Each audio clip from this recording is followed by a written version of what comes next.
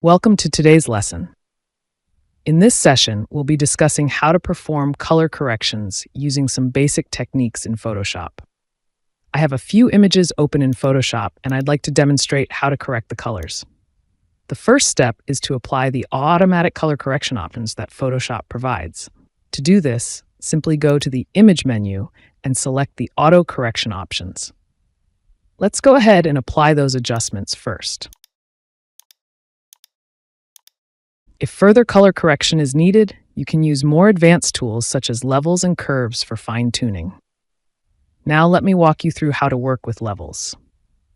Here's a step-by-step guide to using the levels adjustment in Photoshop. Go to the menu bar and click on Image, Adjustments, Levels, or press Ctrl-L, Windows, Command-L, Mac as a shortcut. The Levels Adjustment dialog box will appear, showing a histogram and 3 sliders, black, gray, and white. The histogram represents the tonal range of your image. Left, blacks, represents the shadows or dark areas. Middle, midtones, represents the midtones or middle range brightness. Right, whites, represents the highlights or bright areas. Adjusting the sliders will redistribute the tones and improve the contrast. Start by dragging the black slider on the left toward the right until it meets the beginning of the graph. This step darkens the shadows in your image and increases contrast. Next, move the white slider on the right toward the left, stopping at the point where the histogram starts rising. This brightens the highlights, making the lighter areas of the image more defined. The gray slider in the middle controls the midtones, or overall brightness of the image. Dragging the slider left will lighten the image, while dragging it right will darken it. Adjust it until the image looks balanced without losing detail. Below the histogram, there are input level numbers for the black, midtone, and white points. You can type in specific values if you need precise control over tonal adjustment. Beneath the histogram, you'll also find the output levels sliders. Dragging the black output slider right will lighten the darkest parts of the image, while dragging the white slider left will darken the highlights. This is useful if you want to compress the tonal range or reduce contrast. Check the Preview checkbox to compare the adjusted image with the original in real time. Once you are satisfied with the adjustment, click OK to apply the changes. By following these steps, you'll enhance the tonal range and balance the light and dark areas of your image using the Levels Adjustment tool in Photoshop. Next, let me explain how to work with the Curve Adjustment panel. Go to the menu bar and click on Image, Adjustments, Curves, or press Ctrl-M, Windows, Command-M, Mac to open the Curves Adjustment dialog box. The panel shows a diagonal line running across a grid, along with a histogram representing the tonal range of the image. The grid represents the brightness levels of your image. The bottom left corner of the grid represents the shadows, dark tones. The top right corner represents the highlights, bright tones. The center represents the midtones, neutral brightness. The line in the middle is the tone curve, and manipulating this curve allows you to adjust the contrast and brightness of different parts of your image. To darken shadows, click on the lower part of the diagonal line and drag it down. To brighten the highlights, click near the upper part of the diagonal line and drag it up. Click in the middle of the diagonal line and drag it up to lighten the midtones, or drag it down to darken the midtones. Adjusting the curve in this central area gives you more control over the overall brightness of your image. You can click the Auto button in the Curves panel for a quick automatic adjustment of the tones. Photoshop will attempt to optimize the contrast based on the image's histogram. If you make a mistake or want to reset the curve, select the default option from the preset menu. Also, you can navigate through a few more presets from this menu. Once you're satisfied with the adjustments, click OK to apply the changes. Next, let's take a look at how to adjust brightness and contrast to enhance an image. I've opened another image that needs color correction. As a first step, I apply Photoshop's automatic adjustments to correct the colors quickly. After that, I can refine the image further using the brightness contrast adjustment to improve the overall quality and bring out more detail. Here's a step-by-step guide on how to apply brightness and contrast adjustments in Photoshop. Go to the menu bar and click on Image, Adjustments, Brightness Contrast. This will open the Brightness Contrast Adjustment dialog box. Alternatively, you can add it as an adjustment layer by going to the Adjustments panel, usually on the right side, and selecting the brightness/contrast icon. Using an adjustment layer allows you to make non-destructive edits. In the brightness contrast dialog box, you will see two sliders, one for brightness and one for contrast. Dragging the brightness slider to the right increases the overall light in the image.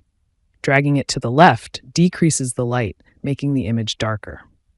Adjust the slider until the image looks balanced, ensuring that you don't overexpose or underexpose any areas. Dragging the contrast slider to the right increases the difference between highlights and shadows, making the image appear sharper and more vivid. Moving it to the left reduces contrast, making the image look flatter or duller. Adjust the contrast until you achieve the desired balance between light and dark areas without losing detail in either. Photoshop provides an auto button in the brightness contrast panel.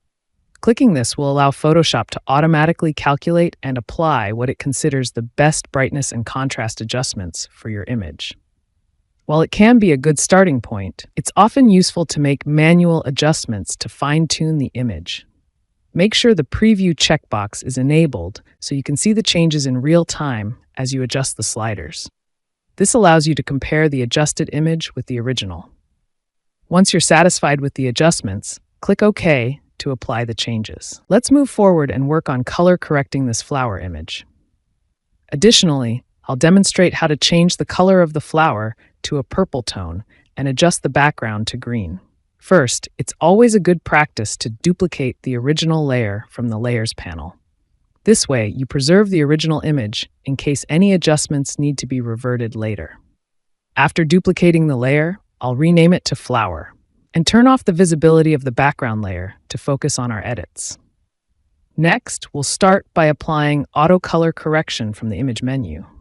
This quick step will enhance the colors automatically before making any manual adjustments. Once the auto correction is applied, you can further refine the image by using tools like levels, curves, or brightness and contrast, as we discussed earlier.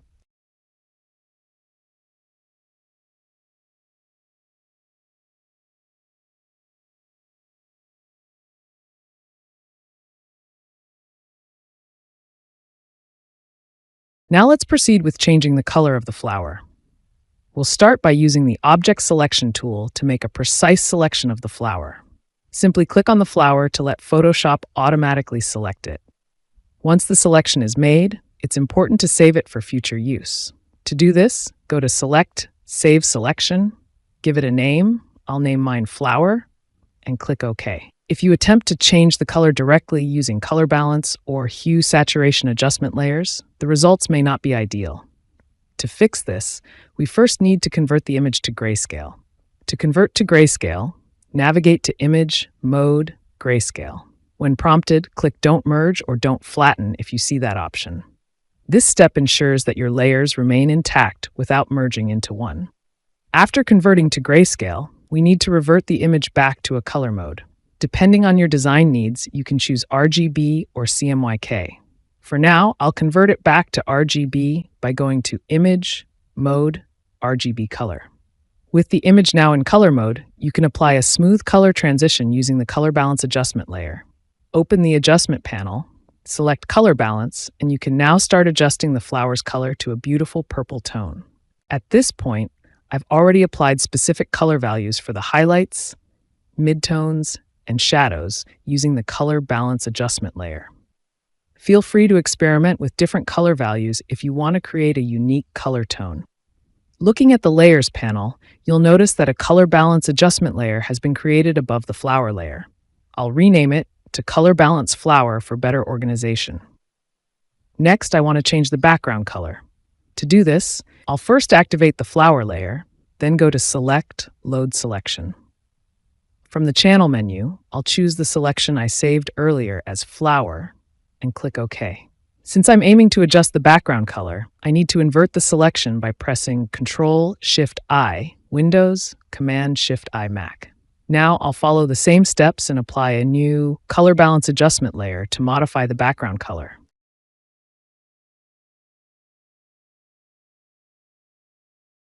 As before, I've applied color adjustments to the highlights, midtones, and shadows, but you can experiment with your own values to achieve different results. In the Layers panel, I'll rename this newly created adjustment layer as Color Balance Background. Lastly, ensure that you link the flower layer with the corresponding color balance adjustment layers for both the flower and background. Now it's your turn to experiment with some color grading techniques and create a desert-inspired color scheme for this image using the methods you've learned so far.